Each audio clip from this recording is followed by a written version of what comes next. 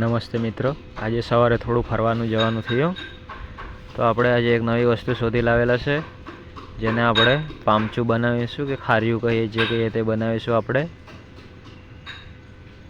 આ જંગલમાં મળી આવે છે કાં તો પછી વાડીએ હોય છે એના વેલા, જે આપ ફોટામાં જોઈ શકો છો એવી રીતના જંગલમાં કાં તો વાડીએ વેલા ચડેલા હોય છે।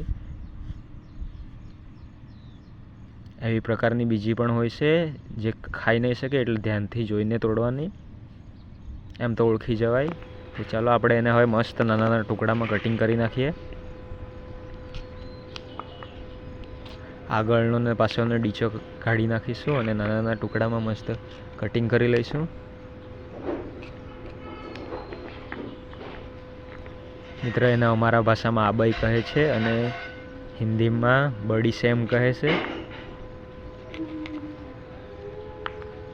એનું શાક પણ બનાવી શકાય છે, આપણે કોઈ વાર શાક પણ બનાવીશું।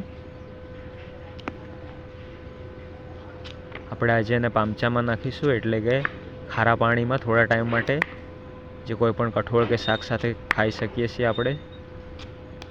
આ ખાવામાં હેલ્ધી હોય છે મિત્રો, જે આપણને કેન્સર સામે પ્રતિકારક છે અને ડાયાબિટીસ, હાઈ બ્લડ પ્રેશર સામે ખાવાથી આપણને સારું રહે છે, એટલે આપણે ખાવું જોઈએ। હું જંગલની વસ્તુ પણ, જંગલમાં બહુ બધું છે જે આપણા હેલ્થ માટે સારું છે, પણ આપણે ઓળખતા ભૂલી ગયા છે।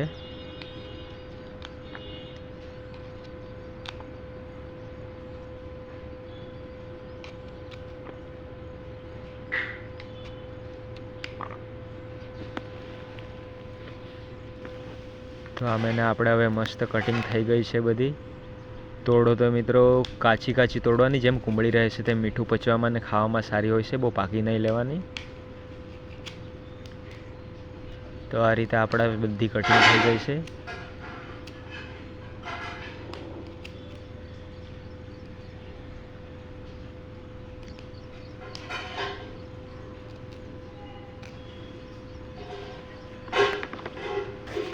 આ મને બહુ જ ભાવે પણ છે। આ આપણે વેસ્ટ છે એનો આગળ પાછળ ડીચા તોડી નાખીને દૂર કરી દીધા છે અને એને હવે આપણે મસ્ત એક બરણીમાં ભરી દઈશું।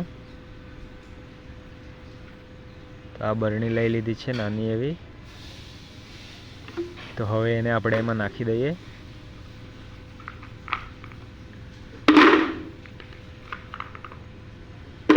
મેં કાપવા પહેલાં ધોઈ લીધી હતી, કાં તો આપ કાપીને પણ ધોઈ શકો છો, થોડી ધોઈ નાખવાની।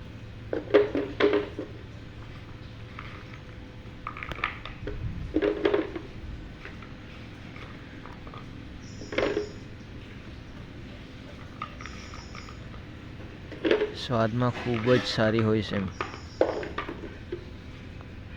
જે આપણે કોઈ પણ કઠોળ સાથે ખાઈ શકીએ છીએ। તો આપણે હવે આ બરણીમાં ભરી દીધી છે।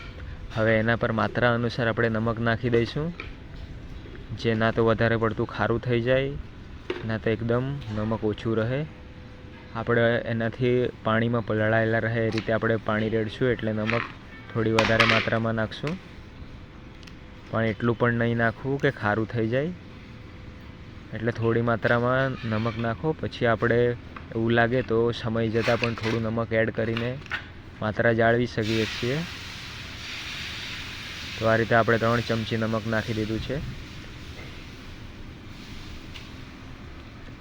એમાં આપ લીલી હળદર પણ નાખી શકો છો, ને થોડું દિવેલ 1-2 ટીપા નાખી દો તો ખૂબ જ સારું રહે છે।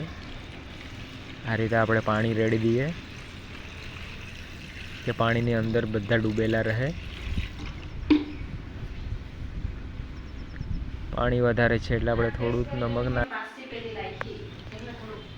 તો આ રીતે છે આપણું પામચું તૈયાર, જે આપણે 7 થી 8 દિવસમાં ખાવા માટે રેડી થઈ જશે। તો હવે આપણે બરણી બંધ કરીને મૂકી દઈએ 7-8 દિવસ માટે। વિડીયો ગમ્યો હોય તો સબસ્ક્રાઈબ કરી દેજો અને વિડીયો નિહાળવા માટે આપનો ખૂબ ખૂબ આભાર મિત્રો।